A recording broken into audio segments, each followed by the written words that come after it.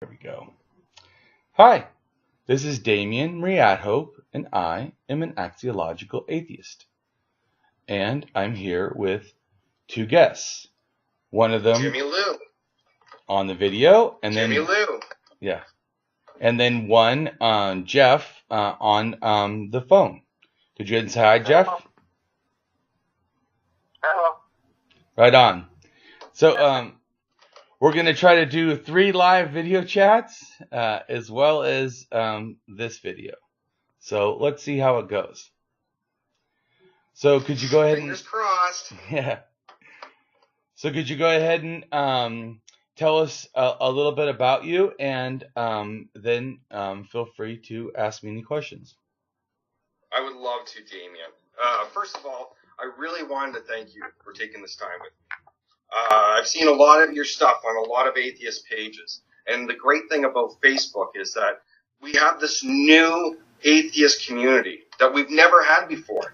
I don't think there's ever been a time in history where atheists can come together and not worry about, well, we still worry about persecution, real persecution, not the crap that they're teaching in the Bible. We face real persecution. Right. And we're finally at a point that we can have a community and we can discuss. I'm here in Toronto, Ontario, Canada, and you're way in Seattle, and we can connect like this like never before. So I have an atheist group. I've had it for about 1.5 years, Born Again Heathens. Got to plug the group. Right on. And I've been overseeing as well another group that a friend of mine started, and it's grown to a good number of thousands of people. And the reason what brings me here is because I'm a survivor. Plain and simple, man. I am a survivor of religion. He wants to stop you? Jeff does? Could you give the name of the other group? You can name your other group if you like. The more the merrier. It's called GRASS. God, religion, atheist, Satanist, spiritual. It's supposed to be pretty much it's supposed to be friendly, but it's a debate group where Christian, anyone of any faith can come in.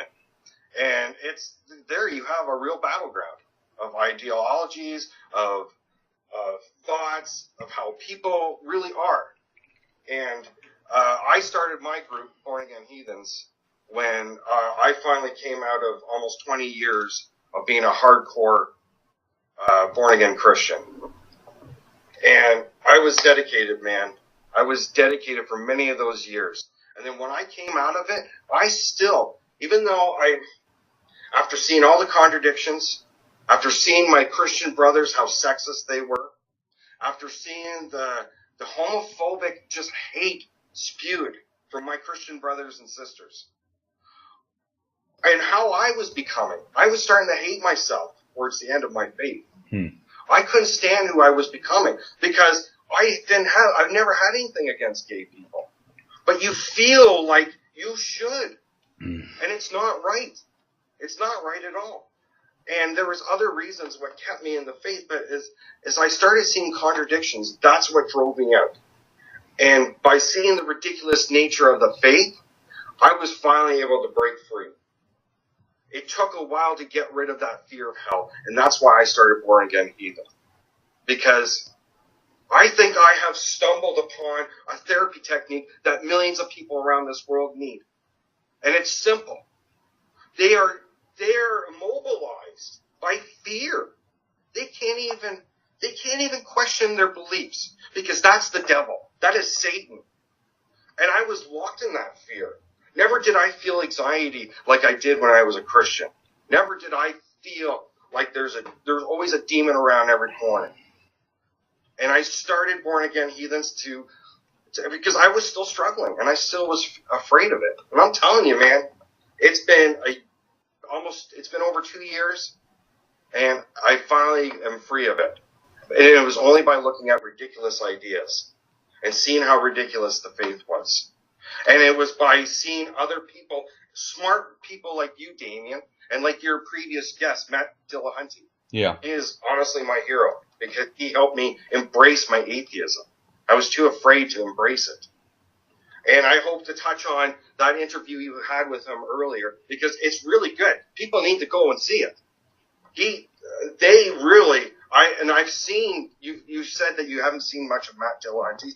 I'm telling you, man, I've never seen him stump. And he is smart as anything. And in listening to you two, being under the learning tree of listening to you two talk about philosophy and science, it's great. Because as good as I am with theology, philosophy is just kind of like, in my debates with trying to talk to people, I don't focus on philosophy. You and I've heard your debating style. Yeah. You like to do. Yeah. Can you? I want to come back to this. I want to bookmark this, but I want to hear your debating style because you expressed it. Your value based. First of all, sorry, my cat Damien is coming to. I wanted to join the conversation. Too much fun. Go ahead and say it again. Sorry, Damien. You have to leave. No. Sorry. No. You need to leave. I guess not. Okay. Demon wants to. There we go. Right. Well, I'm not going to hurt the cat to make it leave. So sorry. Go ahead and ask the question again because I didn't. Okay, the so cat when distracted I started me. seeing your stuff around, you claim to be an I can't pronounce it. Axiological atheist. Is that what you're talking about? Can you explain that, please? Well, an axiologist is a value theorist or a value scientist. So it's a social. What do you mean by value? Value is anything that has to do with value judging. That could be goodness. It could be ethics. It's broad. Even aesthetics, like art. It's the ability because it's actually that aesthetics also that helps you get a naturalistic morality in a sense through axiology. You understand the actual qualities of a thing and you're able to assess it. Like to be able to see art from non-art is not just that one person will pay money for it. Yeah. There's generally other things would you say value is equal to meaning? Like if something has value to you, it has meaning. Well, sure. I mean, but as axiology is not limited. So understand that when axiology says value, it's not just value. When they think of value, they mean goodness, benefit. They mean worth. They mean usability. They would mean anything that has to do with that kind of stuff. So it's all in anything your value judge. Like whenever you say there's evidence. Well, there's certainly not equal evidence. So in other words, like if I say two things, they both could be facts in a sense, but one could be more relative to what I'm talking about than another. I could say a fact that that dirt's not good to put in your mouth. I mean, that could be a fact in a sense of my personal preference. It could also be a fact that if you eat dirt, there's a chance you can get a microbe or someone gets sick, not just the fact that it tastes bad. So both those are fact. One is a fact of my personal preference that dirt is not enjoyable to eat. Now, that would also be somewhat a truth of most people. Dirt is not enjoyable to eat, but it's a different, and more important fact that there might be microbes in that dirt that could actually kill you or get you sick or something. Now, that is a different and more important level of fact. You see what I'm saying? So when a theist will go, well, I have a fact. Well, yeah, but axiologically, that doesn't make me say that it's better than a science fact, even if you had a fact. It's a fact that right now it's sunny out, but you understanding, solar flares or something is different than just knowing it's sunny. Both are facts. Have you noticed that? What's that now? Have you noticed that with when debating theists and Christians? How they define a fact. Well, usually they don't have facts. Usually it's nonsense. They say the word fact as much as they say truth, and neither of those things to them has any credibility. They're just like, wishes. I wish. They should just say, I wish. This is something I wish was evidence. Here's an idea I wish you'd accept. Well, no, I'm not going to because it's not worthy. So, let's exchange how we would have debated an idea, an argument, okay? And I'll tell you how I did it, and then you can tell me how you would have done it. Okay. Now, someone was arguing you can't know anything unless you know God, because God is the truth. Right. And unless you know God, then you can't know nothing. Have you heard that argument before? Oh, absolutely. Are you familiar with that? Yes, I am. Okay, so I take a very simplistic debate style, and it's even with my kids and how I debate with everyone. I stick to truths. I don't speculate. I focus on stuff that we both can agree on. It keeps the debate simple. The idea is simple, and you focus on one thing. Very simple. Because I'm not the smartest guy, so you got to keep it simple. So what I go at it is, well, one second. Know anything but 1 second. So I think you should keep it simple. Period. I think that's just if you learn my style, I always start out simple. Yep. So I just say, if I can't know anything, then how do I know what you're saying is true? How do I know to even come to God? I don't know nothing. I backed so many people into a corner they couldn't get out because how do you know? Right, which is which is epistemology.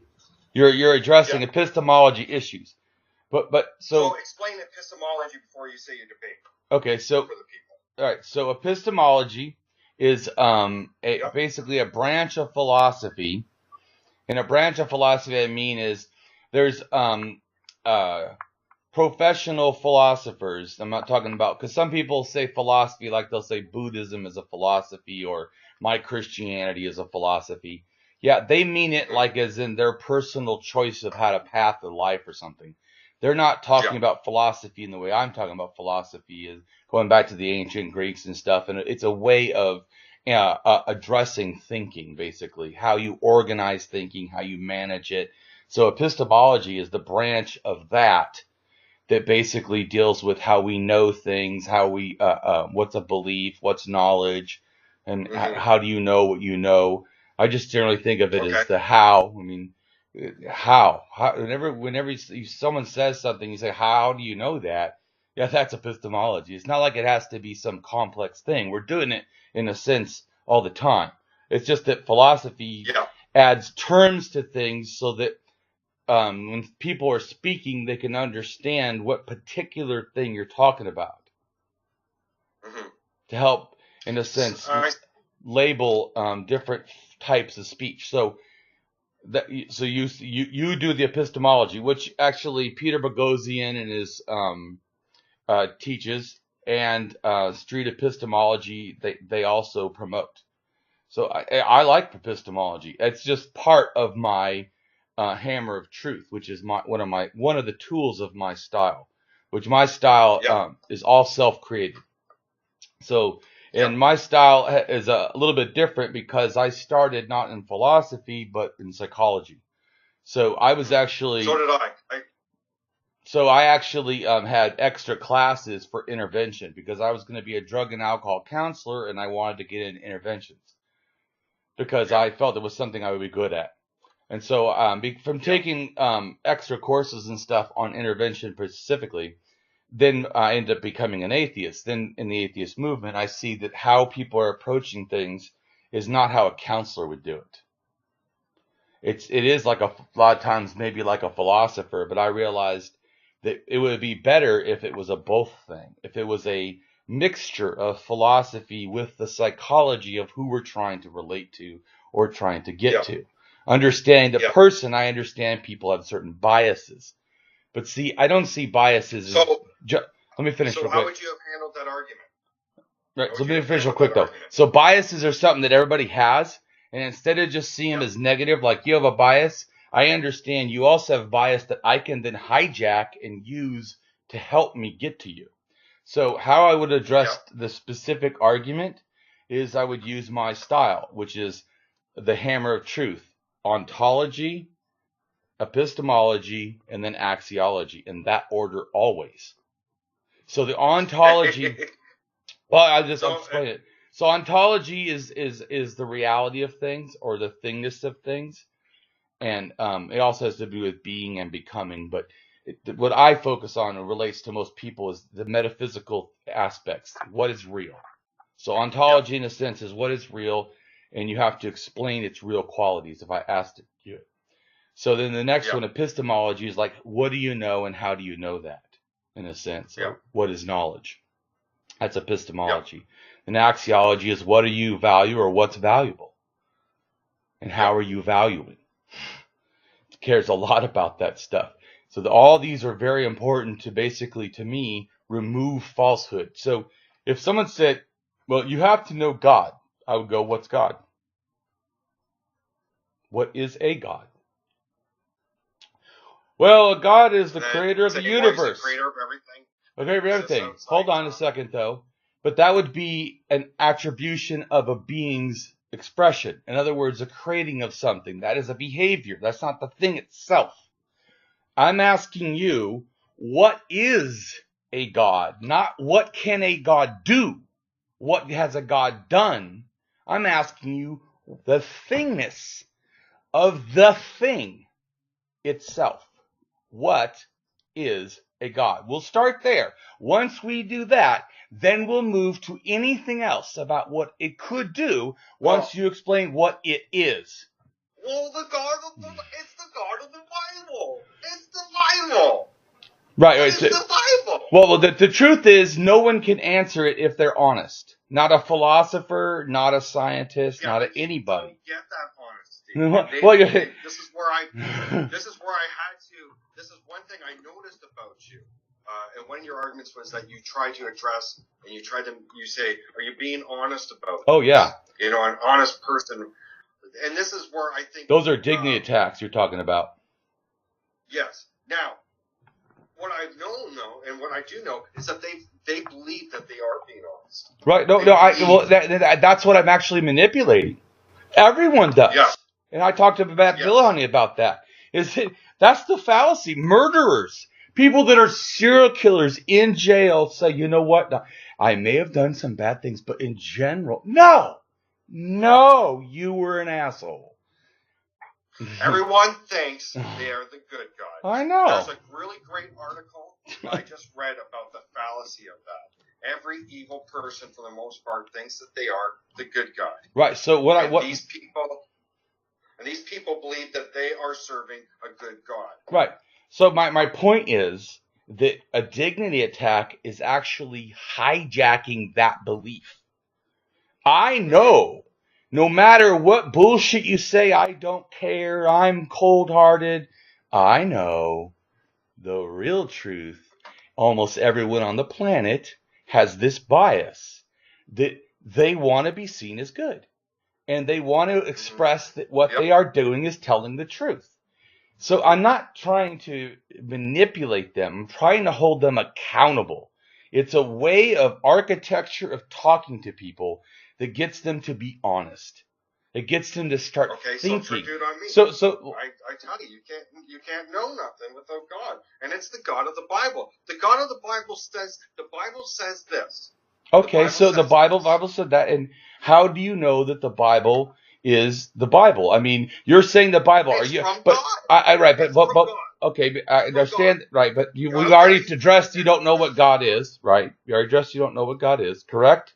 I have a personal relationship with Him. You have a personal relationship in a personal relationship, and what does it take to express that statement? When you say, what do you mean by personal relationship? John 3:16, Damien. John 3:16. Which says what? Big Max, no. Which says what? So loved the world, he gave his only begotten Son, that anyone who believes in him shall not perish, but have eternal life. Yeah, whatever. So the whole point is, the point is this, that people don't accept logical arguments when they're fanatical. So then you step back one. You try to reason with them. If you can't reason with them, you step back one and you go to thinking with them. Get them on, ask them questions, get them thinking. Hold on a second. So if that doesn't work, go back one past that and go to feelings. Just start talking and relating with them on a feeling level. Then bring it back to thinking. Then bring it back to reason. And then finally back to the logical argument. It's so funny that you say that, because I've never heard you say that before in your interviews.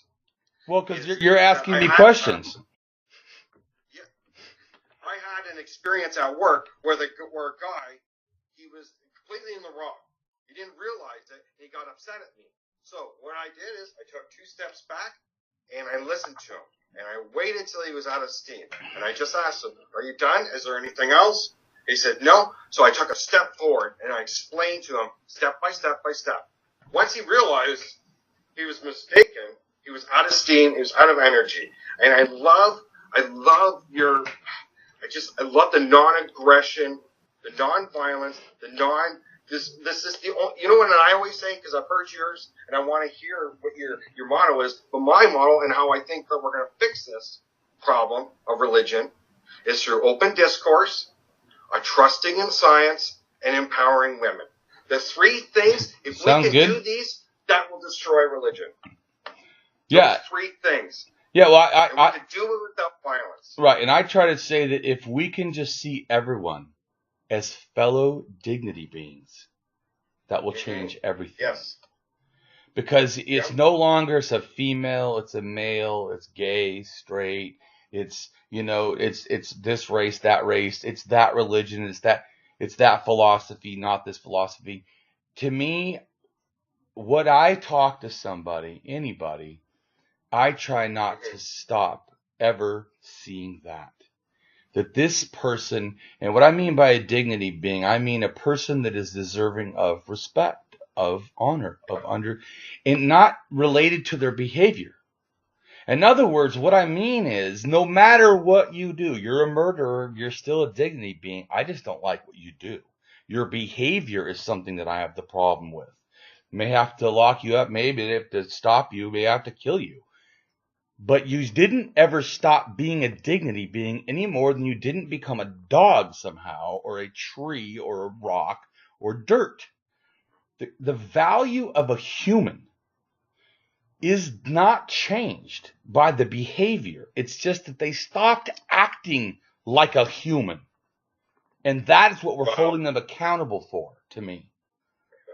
I do think that there's monsters out there, and I do think I get it for the most part, but like certain things are. So you're saying that as soon as that monster, then there's a person, because of their psychology is what you're talking about. Their psychology is making them present as a monster, or I'm sorry, say that. Their psychology is making them present as a monster. Is that what you're saying? I mean, I know you're not making. You're not making a metaphysical, ontological claim that somehow there are monsters. I'm just clarifying for people listening. You're talking about humans that act in a behavior that is monstrous. Let's just make this very simple. I think people can lose their humanity. Well, definitely. It's that simple. Right, and they could do that without hurting people. Some people lose their humanity in the sense and don't ever hurt people. It's the hurting people that you have the problem with, and me too, I would think. Yeah. So it's I'm not into thought crime. So if people have bad thoughts but don't do things, I don't have a problem with that. It's their behavior that I have a problem with. But the behavior is external to the being. That's right. Right, so that's why they didn't stop. Right. So what I'm saying is, so that's why they didn't stop being a dignity being. It's just their behavior has made them inhuman, and we're going to hold them accountable. But in a sense, we don't just come up and they just squash them and then just walk away. We don't even think about it. We do it to a bug. Yeah. But we don't do it to people because they're not a bug. No, Even a monstrous person. I'm not saying. Like I said, I'm for non-aggression. I'm not a pacifist. Violence to me should be only for self-defense and other defense, and it should be reasoned and measured. In other words, if a little kid comes and hits you and you push them away, if you push them away, that's reasonable. If you were to beat them to the ground, that is not reasonable. So even if you say, oh, it's self-defense, it's not reasonable self-defense. So I don't even accept that it's self-defense. Yeah, fair enough. See what I'm saying? So we both agree. Right, but what? Go ahead, Jeff. Go ahead. Where would you put in when people talk about pedophile priests and all the serious abuse from religion to individuals? You're saying, not squash them. I mean, where would you What are your feelings for those people, and how you think they should be dealt with, I guess is the best way to ask it. Okay, well, I know what they should be dealt with. Well, I have my own opinion on it, but... Right, so I'm for, I already explained, I am for violence only. For self-defense or other defense. So if someone were to catch a priest doing something, in the process of trying to stop them, they killed the priest, I'm fine with that. But if we catch the priest, he's in prison, I am against the death penalty. That does not mean I want this guy free. I hope that he stays there, especially if there's multiple people. Yeah, I don't support that. If there's multiple people that they've hurt, then I think they should never get paroled. Never. Because their a harm to society is greater than their rights. If you're going to, being out is going to do that.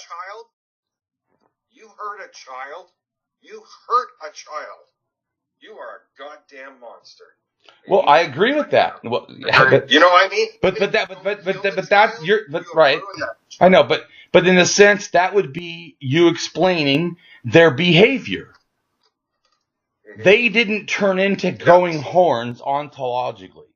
They're still, like I said, and it's us that don't lose the humanity just because of the other. Otherwise, it's all gone. Like it's all lost. No, Wait, I'm sorry, Damien. Can you repeat that again, please? I said it's us that should not be losing our humanity because of the other. That what other people do, in other words, like, let's just say that people said before Hitler, I'm not saying this is true, but let's say that people said before Hitler, there was never something so heinous, in a sense, in human behavior on a group scale to make, in a sense, us ever think that maybe we should just end the human population. But after Hitler, one could certainly make arguments that maybe humanity is so toxic even unto itself that it has no right to exist. I'm not making this argument. I'm just making this comment that if one doesn't watch how they value, then they can misplace value, and you start doing what is too much feeling and not enough fact. It is a fact. Go ahead. If I could add something to that, I absolutely agree, because I found that was the one lesson, the only really good lesson I ever got from Christianity was about the whole forgiving and forgiving. And I didn't say forgive, but go ahead. That you don't forgive for the other person, you forgive for yourself. Yeah, but I do not forgive any pedophiles, so let's put it that way. I'm just saying there will be a jail for life. They will be studied. They will be not treated by anything other than they're a monster, except for the fact that we will not lose our humanity in how we treat them. That's right. Because it's about us. I guess that's the biggest thing right there is someone does have to lose their humanity to be the actual executioner for it. Well, and that all of us promote them at doing that is still the same as doing it, Jeff. True. Those that cheer on the murderer cannot say they're ethically better than the murderer. But to me, people do that, and it's because, once again, like I'm saying, they do not have a good axiology. If you truly understand what humans are and you understand our place in it and how, in a sense, ethics should be applied, they should be universal. It's what gives them the quality of calling them ethics. I mean, and what I mean by universal too is going again. Now that doesn't mean that if I say that a certain behavior, like I was talking about children, it relates to children, it relates to adults, can be different. But the reason it's unequal is not some kind of a random thing. There's a justification. You cannot say that, well, if someone hits me, I'm going to light him up and kill him. And I go, well, it's a 4-year-old that hit you. Well, I'm going to light him up and kill him. You know what I'm saying? If you say that, you are not a good ethical person or a reasonable person. Ethics to me is not like some black and white, thinking. It shouldn't be. I mean, religion tries to teach it that, but to me, it's wrong. So you don't think, though, you're saying I would be just as ethically wrong for wanting to kill a pedophile or a murderer or someone who, you know, performs this atrocity on another human. If you are welcoming it, do you understand? I'm talking about the intent in your heart, Jeff. If your intent is that you like the suffering of others, depending on a certain thing, then yes. I'm not saying I like it. I wasn't saying that you've committed, in a sense, some violation in the world. I am saying that your desire for that is an ethical violation, and should be of your own personal character. That if you have a personal character, you're trying to make it that you want your character to be of the highest standard. Is it of the highest standard if it is so easily manipulated? It can't be. Your standard needs to be stoic, is what I'm trying to say. It's like the justice thing, blind. The reason why we espouse that as a good thing, wow, that's great, that justice is blind, is because that way it instills that it actually is applied to everyone. That would be including us. But it really has to do also, to me, that with the whole meaning of morality in general, which is basically social behavior. It's us desiring to be our best with us. Mm-hmm.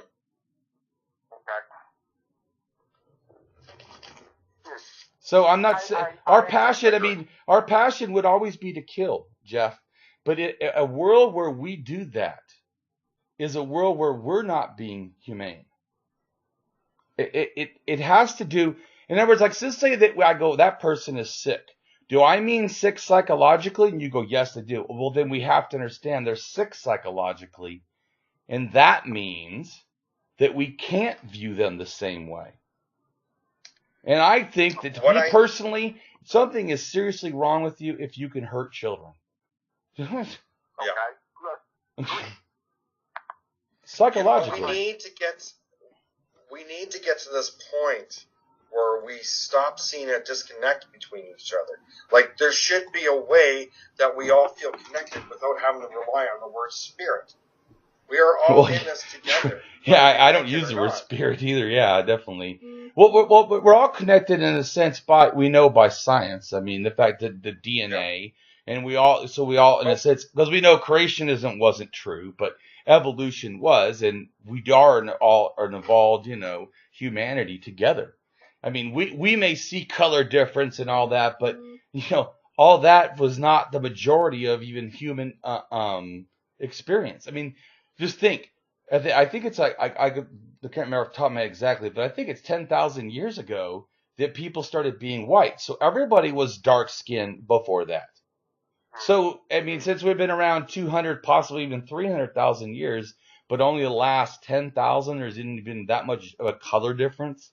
So that thing we think of as race or whatever, laughable. As far as science is concerned, it's like a joke, in a sense, because I'm saying about us feeling we're different. I'm not saying that there's not different colors, but I'm saying for us to feel like we're not the same humanity is laughable. Oh, yes. Well, and that's what the problem is. We are so disconnected. We're disconnected by our skin color, our gender, our sexuality. We're disconnected by the country that we're born into. I was going to say, and I'm just sick of it. I'm sick of it. Yeah, and nationalism. It's totally unnecessary. We should be judged by our character. If we're going to be judged by anything, it should be our character. Right. We're right. People. And I agree. And a high character does not change itself to that which happens around it. That's right.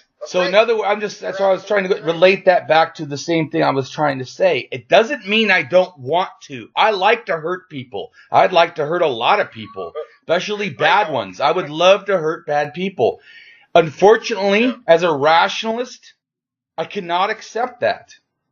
Period. There's no, because I think even war is the most heinous thing that can happen. To me, a war is a situation where no matter who wins, humanity lost. When we start murdering other people, because even if you say, that one, leader, but you didn't fight the leader. You fought all of the minions, who probably had no choice or very little choice. And then who fought it wasn't probably you either. It was our minions who had little choice. It's always the... You know what I'm saying? So, I mean, so to me, we have to stop just looking through the eyes of anger and start looking back at the world through the eyes of love. People do sick things. We need to fucking make sure they can't do that anymore. Absolutely. Amen, brother. Amen. But I don't think that means murder. Fine, let them live a life, and we will forever make them hold accountable. I think that the thing we need to do... Damien, go ahead. Can I just stop you there? Yeah. I just wanted everyone in the groups to know if they have any questions, they can post them. I'm monitoring it, so if they have any questions for anybody here, we can ask that on the video. Yes. So everyone watching, just in case you couldn't hear that totally, and I'll go ahead and say it again, everyone feel free to ask questions in the groups. This is in 3 different groups posting live, so feel free to ask any questions. So speaking of which, Jeff, do you have any questions? No, I'm just listening and learning from both of you guys. All right, right on. As I've said before, I'm the idiot of the group, so I'm just kind of in awe of you guys and listening to what you guys are saying. Hey, Jeff, can I say I appreciate you letting me post in your groups. I've really become inspired by finding contradictions in the Bible. That was the thing that was like finally the breaking point for me. Was seeing the death of Judas. I love those posts from you, by the way. Oh, they're great. I've seen Christians try to argue them, but I'm not making anything up. I'm just showing you what's there, right? That's what I find. But you're is taking one of them the out of best context. ways. Yeah. And that was many but it years was ago. Slavery was a different thing back then. You know, it was okay to beat your wife and yada, yada, yada. I'm sorry. Go ahead. Yeah. Oh yeah, in fact, it reminds me of the slavery thing. I had a discussion with this apologetic school in England, and one of the guys said something, and I go, "So, am I hearing you right? Are you saying that it would be okay to sell your daughter into sexual slavery as long as you were poor?" And he goes, "Yes." I'm like, "See right there, you disgust me." I'm like. That's exactly why religion has got to go. That kind of you could even say that in any problem. So many Christians have not read the Bible, and we know that part. You tell them stuff that's in the Bible, no, it's not, and you show it to them, and then they're shocked. But there's so many others that have read it all and say, well, that's what God says. If I have to kill my son, and God tells me to, I'm going to do it. And they're serious. I know. And it's like, I really thought you were a decent person a second ago. I really can't believe that just came out of your mouth. Yeah, I agree. It's pretty odd. Like, I know this one guy, he said, I can't remember exactly what they said. Like, I think the death of the Midianites or something about when the land of Egypt was taken over. And about, how God says basically to, go and wipe out these whole populations. And he's like, oh, no. And like, oh, yeah, so you're going to say no, that didn't happen? He's like, oh, no, it happened. And God has the right to murder all of us. Whoa, what? And I go, so that makes it ethical? Yes. Like, no, that's not how ethics works. And then they can still say, but we're the moral compass. I just have some of them that just straight out just deny it. Well, it's just context. You don't understand. I'm like, it's right there. God doesn't change. Like, this is in your book. Like, that's the crazy thing. It's right in their book. You have all the ammunition you need, and it's right in their book. You don't even need to prove evolution. That's the best part about it. There's enough comedy material in there that'll last forever. Like, honestly, you can't be presented with that much shit on a platter and be able to swallow it time and time and time and time again and be able to be still walk straight. It takes a special kind of stupid to be able to do that. So, like, as soon as I started seeing all the contradictions, then that's just like, that was the light bulb moment. Right, and see, that's another thing about focusing on axiology, which a lot of people think doesn't matter. Axiology should say that you want an ethics, that you value things. It's a value. Ethics values it. So your value of the truth should be so supreme that if you're presented something that shows the Bible or anything you believe is false, and you reject it when it is the new truth or the whatever, then you're not any longer following the truth. And so, to me, you have to realize you're not an honest thinker. You know what? I think for anyone that's watching, right? Because I think these kind of videos are good because not only do they build up community, because I want to continue this with other atheists in our communities, and have a conversation with them. But we need to learn how to debate better, and we need to be able to use ideas. And I think this is the best. If you walk away with one idea of how to do it, anyone listening, you do not have the burden of proof. You don't. You do not make them take it. Don't take it. You'll be like, no. They offer you burden of proof. You're like, no. Don't take that burden of proof. They have to prove it. And what was that? Oh, a second. God, that is the best way to do it.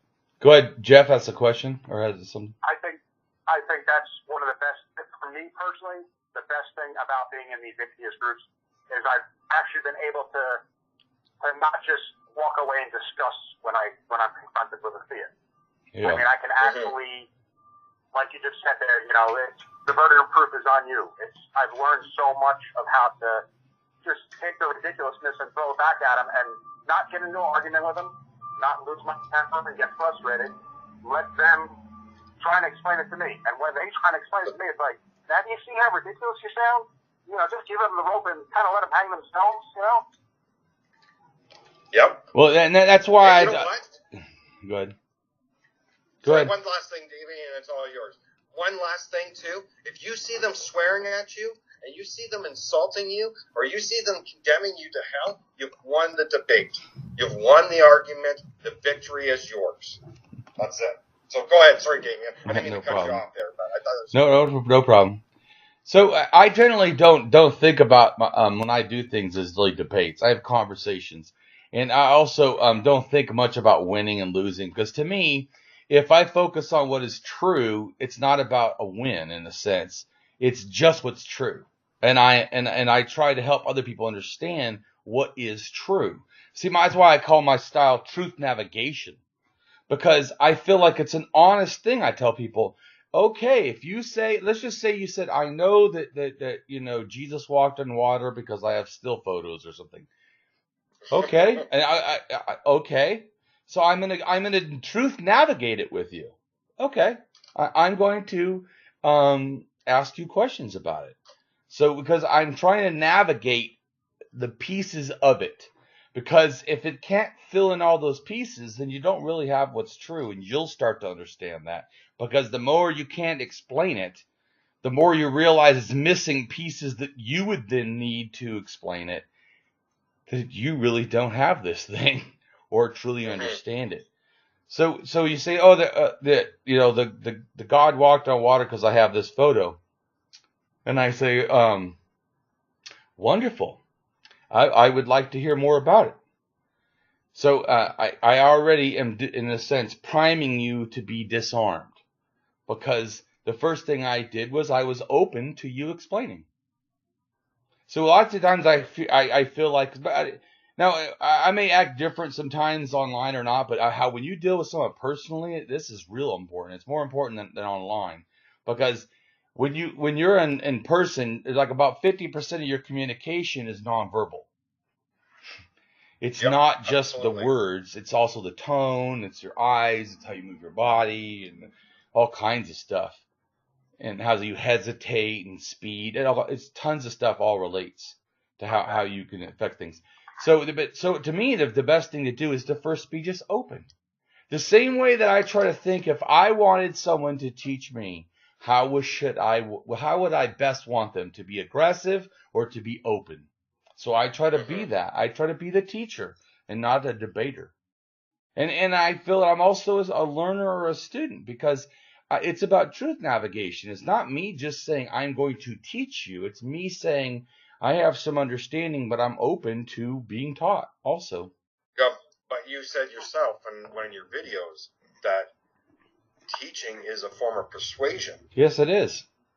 Whether so, my form of teaching, I said. I use the word debate because this is out. This is going out to these groups, these debate groups. Yes. I was just explaining though how I see it. I wasn't saying I don't debate people. I do debate people. I was saying I'm referring to how my style is different. Starts with the value structure that I give it. That I'm not doing a debate. I'm having a conversation. Because see, if I say right now we're going to have a conversation, or if I say to you right now we're going to have a debate, it may be the same thing. But once I said a debate, now you feel standoffish in a sense. I'm not saying that. I know it's almost next to impossible. But what I'm trying to talk about is not even saying this out loud to people. I'm saying in my own mind, I try to see it as a conversation, so I'm not aggressive. Yep. So that way I'm not aggressive to you. So that way when I'm frustrated with you, I'll just try to help or try to explain or try to ask and have my own personal persuasion towards you be so much more open than you're even. I know, and I appreciate your tenderness. Yeah. I appreciate it. You're tender. Yeah. Well, because I really want it to come across that I really care about truth. If I'm as open to, in other words, if the only one that's open is the one I'm demanding them to be, and I'm not open, then I don't see where I'm exhibiting the behavior I'm asking them to do. I'm asking them, be open. I must then do the same thing. I must be open and transmit that behavior. Because, see, then I could do a dignity attack and hold them accountable. And why can't I and they can't do it back? It's because I've given them nothing. Mm-hmm. You watch me, I brutally say stuff. I called this a lot of these last guys I was talking to after a long conversation. And I told him he was being a pseudo-intellectual. Because if he thinks he's better than me or better than anybody. Oh, I hate those guys. Then you should be teaching me. You should not be trying to belittle me if you think you're better. Yeah, but so you know what I find? What is because you I heard you talking about how white people they hold on to these beliefs. Right? Did you say white people or why people? Why people hold on to them? Okay. Why they're so I just understood that myself. A lot of it's ego too. It's hard to admit when we're wrong about something. Oh, definitely. You have to change a full belief system. Right, and so but the only reason that is because we don't put the ego in our character. We put it in our feelings. Should be to our character. My feelings are meaningless. My character is in a behavior. I want to have a high behavior. I don't care how I feel about it. I may hate to act that way. It may be the hardest thing that I ever had to do in my life. But you know what? Doesn't that make it an even higher character? Yeah. So is it? So I think, oh, it's almost impossible. Ooh, but if you can do it then I'm very impressed. Then you demonstrate your character is where you're placing your ego, not your feelings. Very good. Nice. Yeah, amen, brother. Amen. Yeah. And you've been helping me a lot with that, Damien. I really have to tell you that. Well, you've done with the groups and getting everyone together, and I've rejoined many groups that I left because, for whatever reason, and I don't want to say I swallowed my pride, but it's all about the atheism. It's all about getting rid of religion. So I rejoined every group I can, and I want to put my pride away. Yeah, and it reminds me of a thing that I have said before that to me, I don't always like people, but I'm always open to care for them. It's a different thing to me. I may fucking hate you, but you're a human. If I saw you suffering, I want to help. I mean, once again, it's not about you so much. For me, it's about my character. I want my character. I want, in other words, what I'm saying is, I want the expression of my life, my behaviors, my thinking, everything I do, everything I am, to be an expression of love to the world. Mm-hmm. And I can't do that if I hurt and hate people. That's what kept me into Christianity for a long time. Because I thought I was having moments of the Holy Spirit moving through me. I would have words that come to me. I would just know stuff. Yeah. And then after I let go of my faith, I still had those moments. I still had those moments of clarity where words come to you and you just have an insight. And you know what? I've discovered it. It's love and passion. When you put your head into someone else's head, when you really get into their head, that's when real magic happens. And that's why prayers work, if they ever do. Well, prayers don't work, but I know what you're saying. Yeah. Well, there was even a scientific study about it. Oh yeah. Yeah. Well, they. Power of thought, you mean? What's it now? A positive thought. The power of positive thought you're talking about? No. I'm saying that. I think it was called the Templeton study. Okay, but it's the intercessory prayer studies. Even if you look it online, there's stuff on it. But anyways, they did a study. It was a heart study where they had different groups of people. One that knew they were being prayed about, one that was being prayed for but did not know it, and then another one that was not being prayed for. So. Okay. The one that did worse was actually the one that knew that they were being prayed about. They actually took. Yeah, but I'm not talking about that. I know you're not. I'm just making a comment that it's a prayer had a day in court and it failed. Yeah, I kind of think what was neat. I wanted to cross-reference it where you were talking about character, not taking away that, right? And how we discussed about how everyone thinks of the good guy. Well, you've heard of the Stanford experiment, right? Yeah. With the prison experiment. Yes, I do. Yeah, I've heard of it. They have a great film on Netflix about it. I'm sorry. I would say but I was like, probably should explain it because I took psychology, so I heard about it in school. Okay, well, I'll quickly explain it. This guy did a study. I wasn't in Princeton. I forget which university, but they had the basement free. So they basically did a prison experiment. They made the basement look like a jail, and they had a bunch of students volunteer for it. They got paid, and so you had half of them were prisoners, and the other half were jail guards. And through that, and it only lasted like 3 or 4 days. It was supposed to go 2 weeks. And 5 days it lasted. And at the end of it, the guards were just so mean, the stuff that they were doing. And at the end of it, when they were able to talk about it, like just the horrors that they put these prisoners through, they reasoned it off. They didn't see it as being bad. That was just the experiment. And it's amazing what the evil people will do, and they can still justify it in their heads. Well, yeah, just like there's another study that they did where they had people buzzing people with like a pain thing. Oh yeah, it wasn't real though. No, it wasn't, but they thought it was.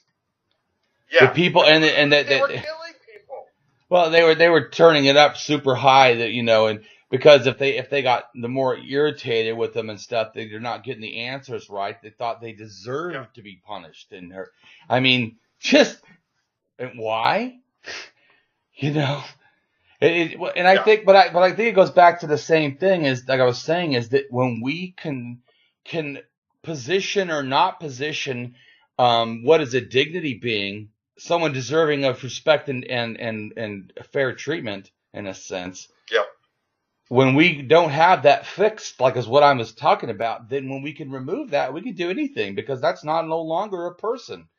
But the problem is, that's right, when we don't have a high ethical standard, which is what I was talking about, no matter what, you're a human being, you're still a human being. That doesn't mean I'm not going to treat you like the monster you behave like, but you're still a thing. Same thing.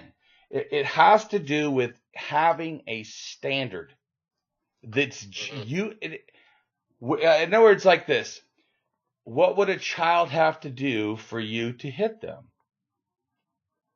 I mean, poke you, stab you. How much before you would beat them to death? If they look at me wrong, but my point is, your ethics tell you what kind of a parent you are in general, not just at that moment, but seriously, if you start to realize who somebody is, because it does all connect, right? So the behaviors and the thinking go to behaviors. Well, it happens the exact opposite. Our thinking, the values we set, affect how we interact in the world.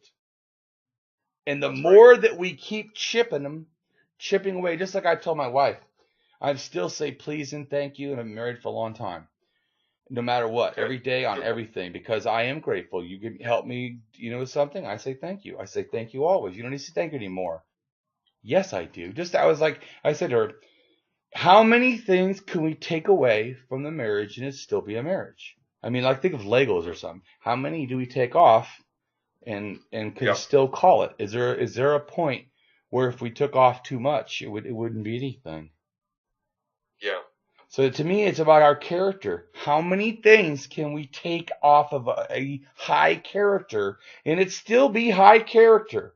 I have a high character because I try to have the same behavior almost regardless. I'm not saying 100%, but I have extremely high what I try to hold myself accountable to. And I'm not saying I'm 100% perfect, but I'm trying to say that the standard that I try for is very high. Yeah.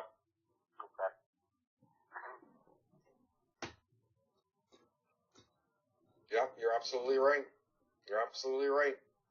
So I think we're almost at the 1 hour mark, my friend. Right on. Is there any kind of like lasting things you want to leave with for now? Do you have any questions, Jeff? No, like I said, I've been listening to you guys and learning a lot.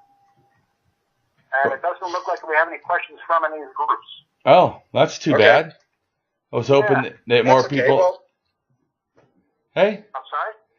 I said, that's okay. I had fun. Yeah, me too. I really enjoyed this talk, Damien.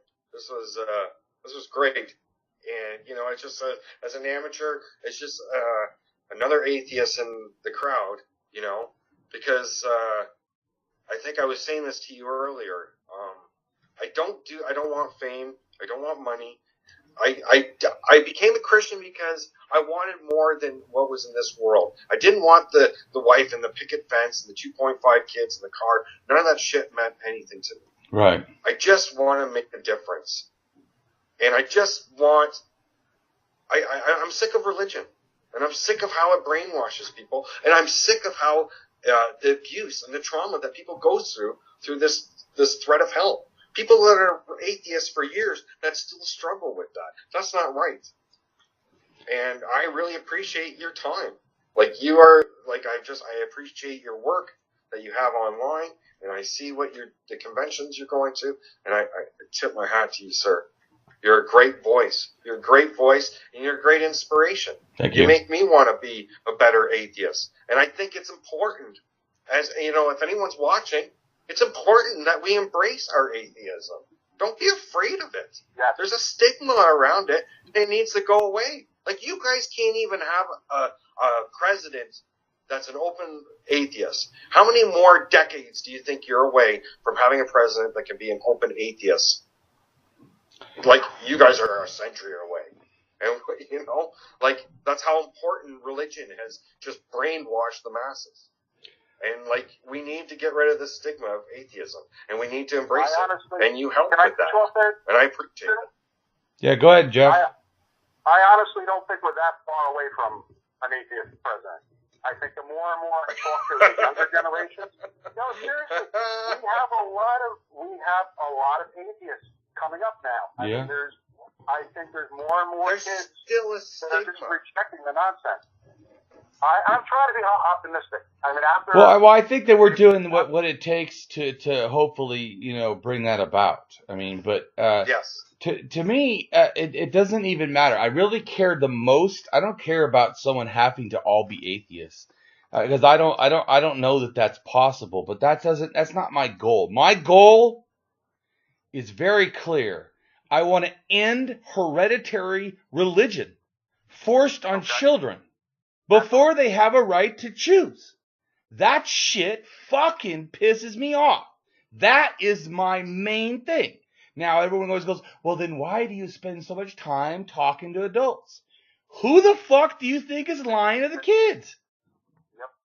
I have to do the adults, because if I don't remove the grip that the adults have over them, how will they ever be able to see the need to offer freedom to their own children?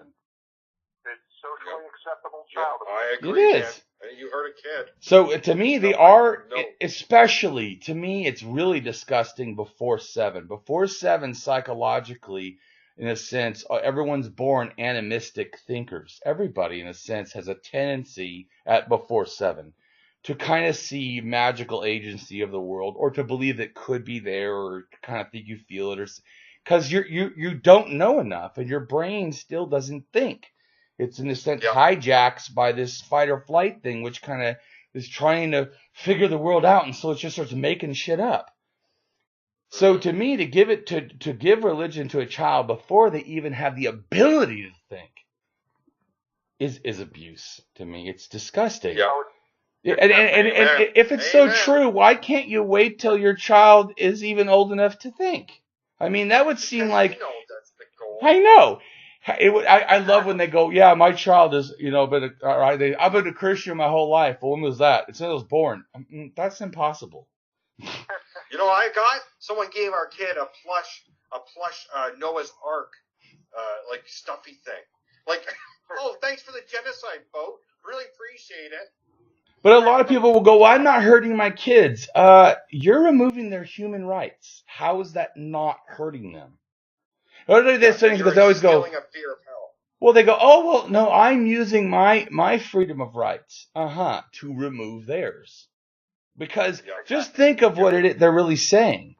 That no one has religious freedom until they're 18. That's what you're really saying, in a sense. How is that not unethical?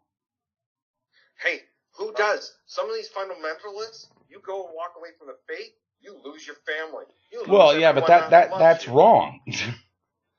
Yeah. You know what's great? We don't know each other from Adam in a hole in the ground. Yeah. You know what? We're both atheists, and we agree more about our beliefs than you can get two Christians together from opposite sides. We would fight less, Damien. We might fight that, I don't know, maybe you like football. I don't like football. I don't like sports. No, I'm genderqueer, so I don't like a lot of male things. Not into doing cars. I'm not into a lot of things. I hate it. Do you not hate the male stigma? I hate it. I hate this. Oh yeah, definitely. Because I don't totally fit it, so yeah, I hate it.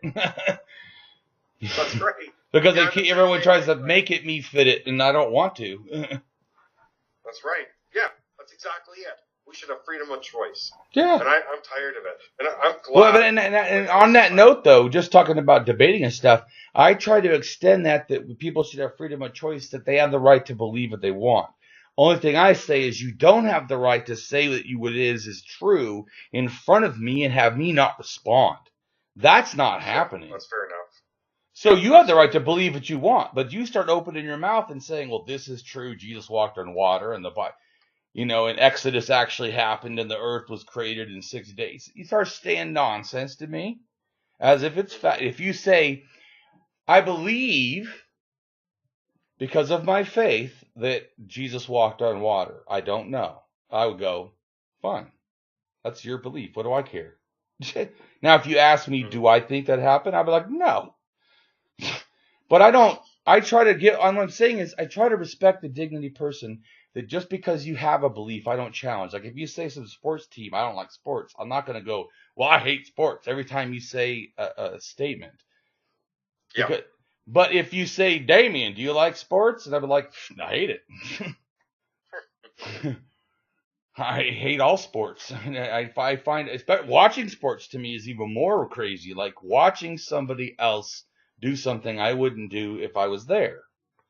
Yeah. But everybody's different. And I don't push mine. But if you ask my opinion, or like I said, if you make it as a true statement, then I do. I try to operate that as much as someone else talks about religion is as much as I talk about atheism. So, That makes it fun for when I'm around people. Because the more they start talking about religion, I just start randomly throwing out atheist stuff like it's just as normal. I know you have probably more chances to, because we don't get the street preachers here. Yeah. Where I live. Oh, no, I know. Those guys, I take them on because I feel if you're going to go out in public like that and abuse the minds of others, you've now welcomed me to come over and talk to you. Yeah. Yeah, that's how I feel. I'm just so jealous. I was talking about general public. Now, I don't deal with the people like in the pews the same with my pastor. The pastor is going to get brutalized, psychologically. Yeah. I mean, not psychologically, philosophically. Philosophically, I'm going to go after that person hard. Now, one of their parishioners or somebody, I wouldn't do it as hard because I try to have more sympathy with people I feel like, haven't had a chance. A pastor, they went to school, this stuff. If they can't answer me, then they're the ones with the problem. Mm-hmm. So I try to be, in a sense, understanding. Even because the way that you treat the person you hate still talks about your character. Yeah, absolutely. I just want to go to the Jehovah's Witnesses church when they're having church and knock on the door and want to talk to them about atheism. That would be funny. That would be great. Yeah, I was first going to say I don't agree, but then I thought about, oh no, maybe I could see that. That's what they're bothering us because if they come to my house, they don't know what I'm doing. Yeah, maybe that's what we should do. A couple of weeks, you and I, you go talk to the Jehovah's Witness, I will, and we'll see who has the better reception. You're funny. Oh, well, Damien, I got to get going here. My kids are getting all right. Well, that's fine. It's been a good talk. I appreciate it. I know. This has been awesome. I've really enjoyed it. Like I said, I appreciate your time. I really thank you for taking this time with me. Right on. And I appreciate your time and also your time as well, Jeff. Thank you, Jeff. We appreciate it. I'm sorry. Go ahead, Jimmy. You know what, Jeff? You didn't get enough credit. Thank you so much. I really appreciate your time like this, and I really appreciate your input. And I've really appreciate getting to know you. Damien had good taste in people. You're good people, yes, Jeff. You're good people.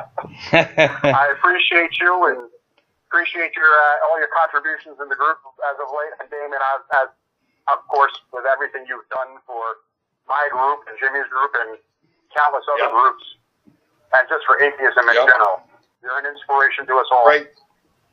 Thank you. All right, guys. All right. Well, it's been